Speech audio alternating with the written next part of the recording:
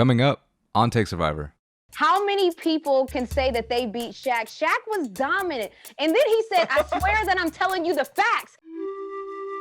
Welcome to Take Survivor, the game where only the strongest take prevails.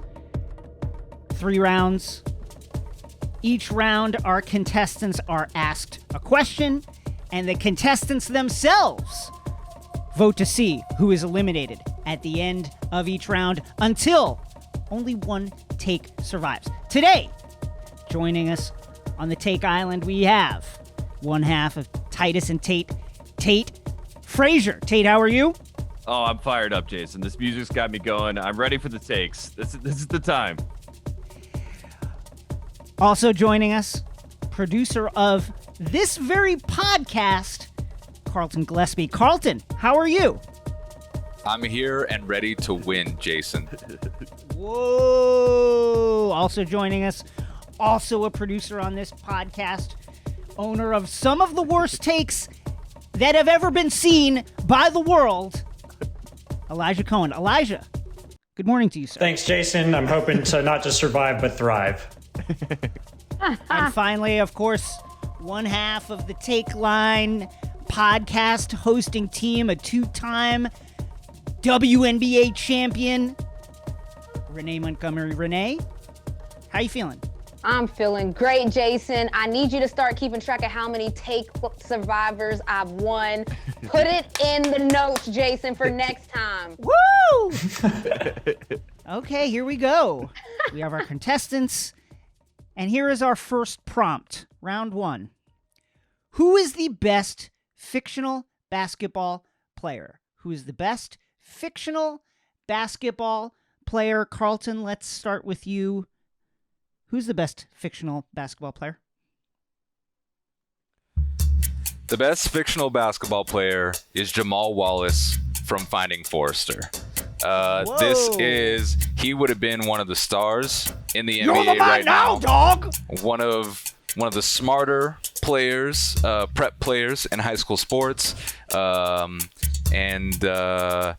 He shot 50 free throws in a row in that infamous practice against that light-skinned dude that I don't remember his name. So Jamal Wallace, Finding Forrester. Wow.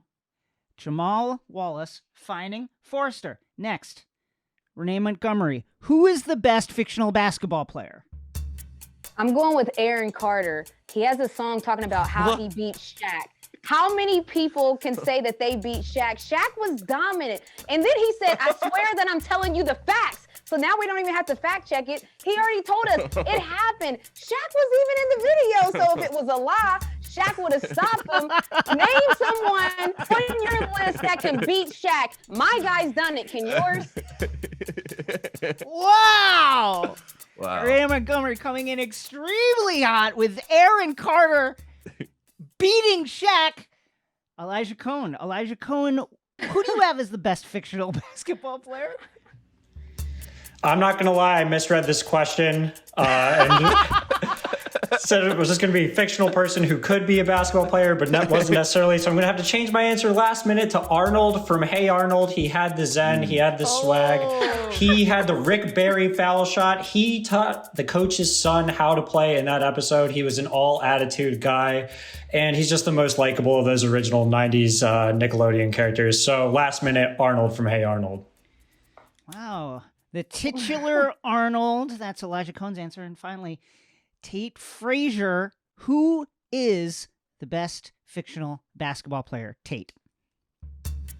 Ooh, pressure's on, Jason. I know you and I have talked about this for a long time, and it would be, Billy Hoyle, Sidney Dean is usually the right answer. But for me, I'm going cartoon. I'm going the thing that motivated me as a kid.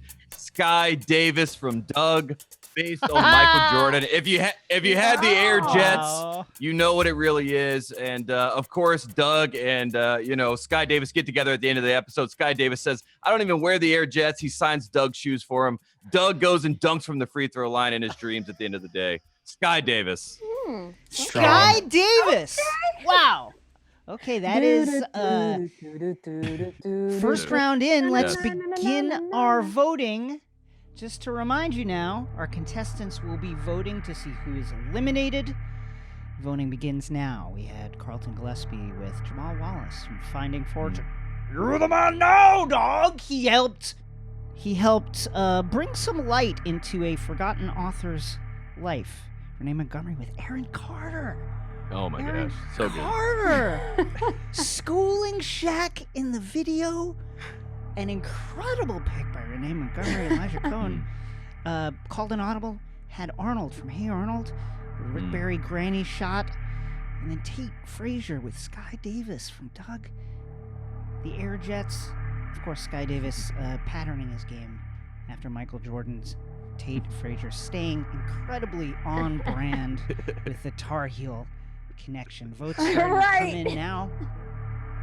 We have one vote for Renee Montgomery, someone not a fan of Aaron Carter, maybe more a fan of Nick Carter. We have one vote for Carlton Gillespie.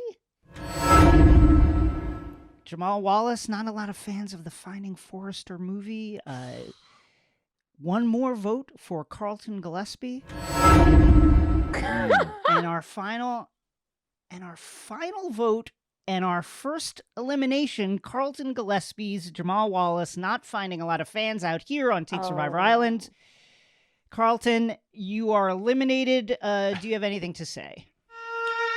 Yeah, I just want to say that I think I was unfairly judged, and the fact that the judging took so long makes me think something weird was going on. So that's just me, but Out. Carlton Gillespie is out. And we move on. Moving on to round 2. Here we go. Round 2. Are you ready? Round 2 question. Who is the worst D1 mascot? The worst Division I college mascot. Tate Frazier. Who is the worst D1 mascot? Well, Jason, the answer is pretty simple for me. It is Larry Bird's alma mater, the team that went to the 1979 NCAA title game. Your Indiana State Sycamores. Originally, the Indiana State Fighting Teachers. They changed their name because they changed from a teacher's college, and the school was asked who should be the mascot. They voted as a joke for the Sycamores, and it has stuck ever since. And Indiana State, the Sycamores. That is my pick. Tate Frazier with the Sycamores. Renee Montgomery, to you. What is the worst D1 mascot? Renee Montgomery. Well, this was a hard one because there's a lot of bad mascots, but I'm going to go with Delta State University. Do you guys know what their mascot is? Of course you don't. It's Fighting Okra. First of all, it's not even on my vegetable list. Okra is not even the best vegetable out there. So if you want to fight with something, you need to fight with some heavy hitters like asparagus. Come on, somebody, squash. You need to fight with some good vegetables. If I got to fight, I ain't doing it with okra. Come on, Delta State. Wow. Shots at the Fighting Okras of Delta State. Elijah Cohn, what is the worst D1 mascot? Guys, I've got a controversial take. It's a much beloved one. I'm going to have to go with the Georgia Bulldog. When you look at animals as mascots, look at the Colorado Buffs. Great mascot out on the field. Look at the Texas Longhorns. Great seeing it out there. It just makes me sad every single time I see the dog. Makes me sad every single time I think about the breeding that it takes to get it there. And one word for all you Bulldog defenders out there, adopt, please. Thank you. Visit a shelter. Wow. Oh, that is round 2. That is round 2 completed. Let's move on to the voting. Just to recap, we had Tate Frazier picking the Indiana Sycamores, formerly the Fighting Teachers. We love to fight for teachers. We don't necessarily want to see them fighting. Renee Montgomery, the Delta State Fighting Okras. The Fighting Okras, okra delicious. I love it as a side. Do I necessarily need it fighting for me? Not sure. Elijah Cohn, shocking choice. The Georgia Bulldogs. Everybody loves a bulldog. Who doesn't love a dog?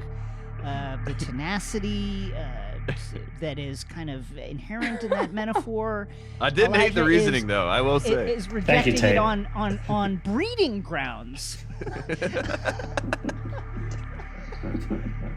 Wow.